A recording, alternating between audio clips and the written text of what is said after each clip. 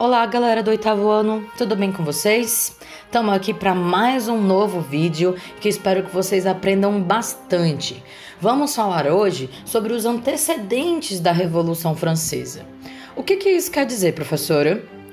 Quer dizer que o que é que está acontecendo lá na França para que essa revolução aconteça? Qual que é o contexto social que cerca as pessoas que vivem lá nesse país que faz com que aconteça uma revolução? Lembrando que a palavra revolução, gente, quer dizer uma grande mudança das estruturas, onde quase tudo na sociedade se altera. Então a Revolução Francesa vai criar um abalo muito grande na sociedade francesa, na sociedade da França do século XVIII, e vai mudar realmente a forma como as pessoas viviam nesse país. Então, a França nessa época, gente, vivia sobre o sistema político absolutista. E esse sistema, vamos lembrar, ele tem muitas contradições. Ele é bastante questionado pelo movimento iluminista e entra em crise. Lembrando que o rei Luís XVI tinha herdado de seus antecessores privilégios que se constituíram lá na Idade Média. Então, desde a Idade Média, a gente tem essa classe de nobres extraindo tudo quanto é riqueza do povo através de impostos e sem pagar nada. Então eles não trabalhavam, não pagavam imposto, e quem trabalhava e quem pagava imposto era quem? A galera lá do terceiro estado. Vamos lembrar como é que se dividia a sociedade francesa. A sociedade francesa era uma sociedade estamental. Isso quer dizer que as pessoas nasciam e morriam daquele jeitinho.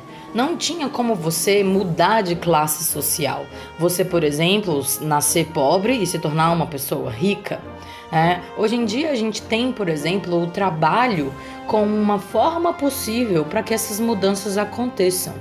Na França, antes da Revolução Francesa, nessa sociedade estamental, essas mudanças não ocorrem. E a sociedade está dividida em 3 estados. Vamos lembrar quais são eles. O primeiro estado é o clero, o segundo estado é a nobreza, e esses 2 estados, eles são donos de quase todas as terras que compõem aí o território francês.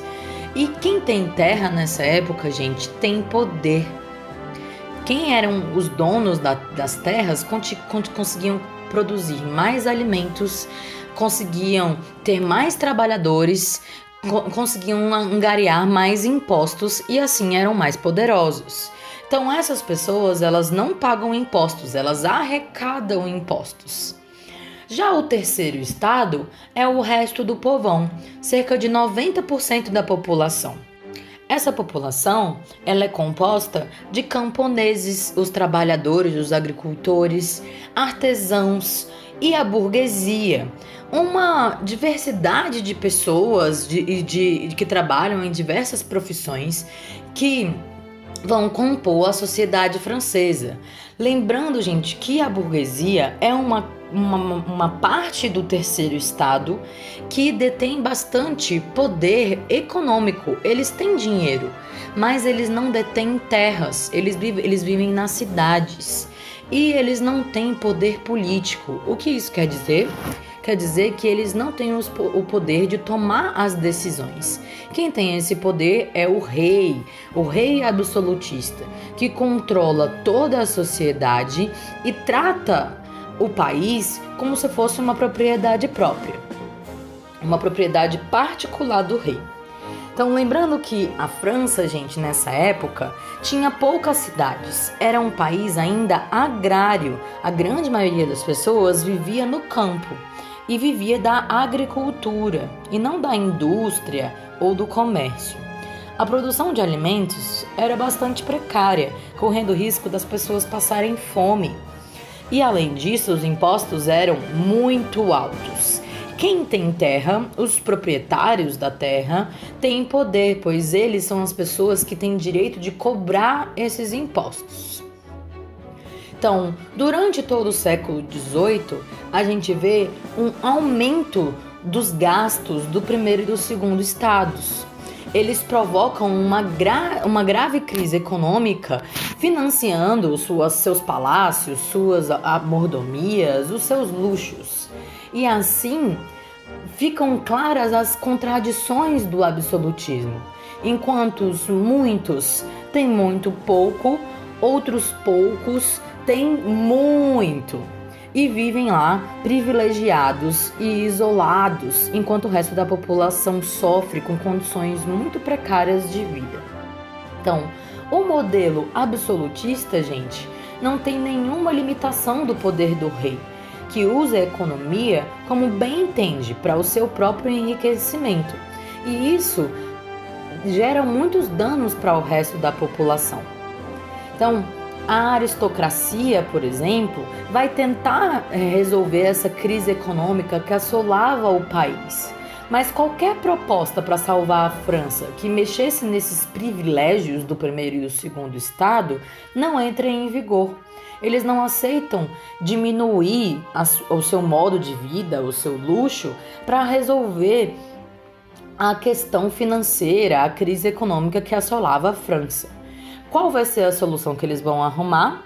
É claro que eles vão explorar mais ainda o terceiro estado. Eles vão aumentar os impostos.